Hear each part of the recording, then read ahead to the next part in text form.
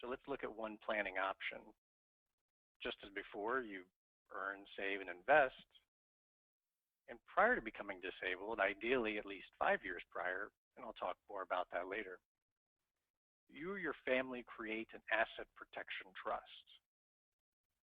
After the trust is created, assets are transferred into the asset protection trust. Now, unlike the trust you may have created for estate planning, probate avoidance purposes, this is an irrevocable trust, meaning once the assets go in, they cannot be transferred out. So with asset protection, it is important to understand that there is some balance. In exchange for protection, you give up some control.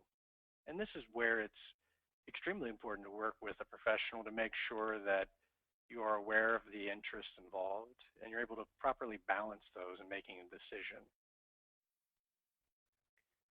It is also possible for income to be continued to be distributed from this type of trust. So that income could come out from investments and be paid directly to you for your use, even if you're not in a nursing home.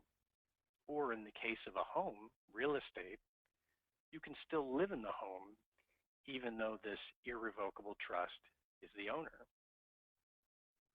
And when it comes time for you to need to pay for long-term care expenses and the remaining assets are spent down, note that there would still be income distributed out.